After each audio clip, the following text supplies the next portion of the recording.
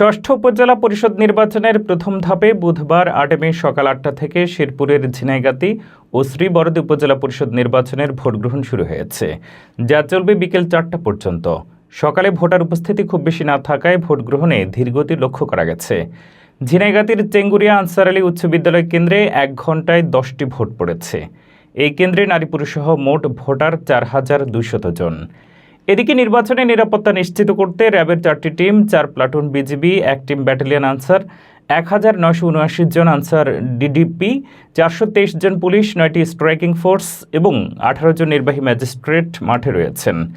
শ্রীবরদী উপজেলা পরিষদ নির্বাচনে চেয়ারম্যান পদে ৭ জন, ভাইস চেয়ারম্যান পদে ১৪ জন ও মহিলা ভাইস চেয়ারম্যান পদে ৫ জন প্রার্থী প্রতিদ্বন্দ্বিতা করছেন।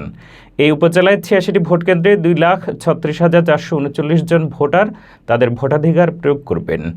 এদিকে ঝিনাইগাতি উপজেলা পরিষদ নির্বাচনে চেয়ারম্যান পদে ৫ জন, ভাইস চেয়ারম্যান পদে ১২ জন ও মহিলা ভাইস চেয়ারম্যান পদে ৭ জন প্রার্থী প্রতিদ্বন্দ্বিতা করছেন। এই উপজেলায় ৫৫টি কেন্দ্রে ১,৫২,০৩০ জন ভোটার তাদের ভোটাধিকার প্রয়োগ করবেন।